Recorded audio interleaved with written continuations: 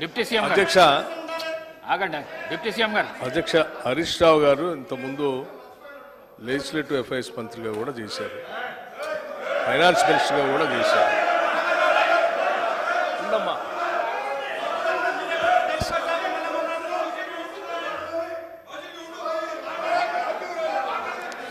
సభలో ఇవాళ 10 సంవత్సరాలు వాళ్ళ ఆర్థిక విధ్వంసం చేసి రాష్ట్రాన్ని అప్పులపాలు చేసి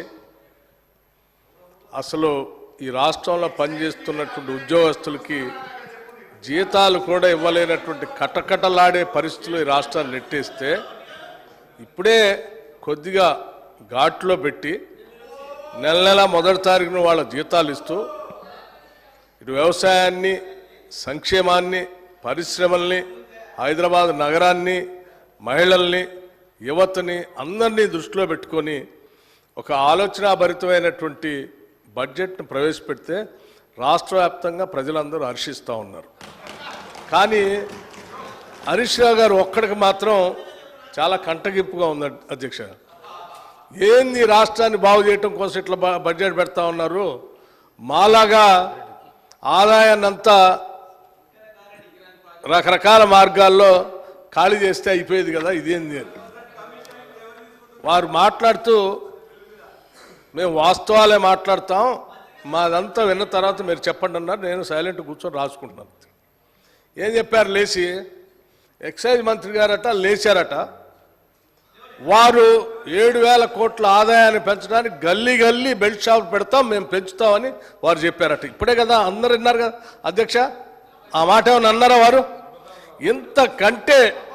ఇంతకంటే అన్యాయంగా ఉన్నది లేనట్టు లేనిది ఉన్నట్టు ఈ రాష్ట్ర ప్రజలకి భ్రమలు కల్పించి 10 ఏళ్ళు రాష్ట్రాన్ని సర్వనాశనం చేశారు. ఇప్పుడు మళ్ళీ మొదలుపెట్టారు, 5 నిమిషాల్లోనే భ్రమలు కల్పించడానికి ప్రయత్నం చేస్తున్నారు. ఇది ఎక్కడ అన్యాయం అధ్యక్ష? మీరు వాస్తవాలు జాగ్రత్తగా రాష్ట్ర ప్రయోజనాల కోసం క్రిటికల్ ఎనాలిటికల్గా మేము పెట్టిన బడ్జెట్ మీద ఇగో ఈ దీన్ని పెట్టారు, ఈ శాఖకి ఇది సరిపోలేదు, ఈ శాఖకి తగ్గించారు, ఈ శాఖ పెంచారు, దీనివల్ల యువతకు నష్టం అవుతుంది, దీనివల్ల 72,000 కోట్లు పెట్టడం వల్ల వ్యవసాయానికి నష్టం జరుగుతుంది, అంత పెట్టకుండా ఉండాల్సి ఉండే, మాలాగా ఏదో 15,000-20,000 కోట్లు పెడితే బాగుండేది, లేకపోతే హైదరాబాద్ నగరానికి 10,000 కోట్లు పెట్టారు, ఎందుకు పెట్టారు అనవసరం, దీన్ని గాలికి వదిలేస్తే మాలా కొద్ది వర్షం రాగానే మొత్తం మురుగునీళ్ళు అంతా రోడ్డు మీదకి వచ్చి ఇబ్బంది పడేవాళ్ళు, అట్లా చేయాలి. కానీ ఇదంతా ఏందని చెప్తే కొద్దిగా బాగుంది. ఇవన్నీ వదిలేసి ఏదేదో మాట్లాడుతున్నాను. నేను ఇప్పటికి కూడా చెప్తా ఉన్నాను, మీరు చెప్పేదాన్ని ప్రతిదాన్ని వింటున్నాం. అసలు మేము ఏమనుకున్నాము, ఇంత బాగా బడ్జెట్ పెట్టాము, సరే ఈ బడ్జెట్ మీద నిన్న వారు బడ్జెట్ వినడానికి వచ్చారు కదా, ఎల్ఓపి గారు వచ్చారు కదా, వాళ్ళు వచ్చి ఏమైనా మాట్లాడతారేమో, ఏమైనా ఉంటే విని సమాధానం చెప్దాం అనుకున్నాం. వారు రాలేదు.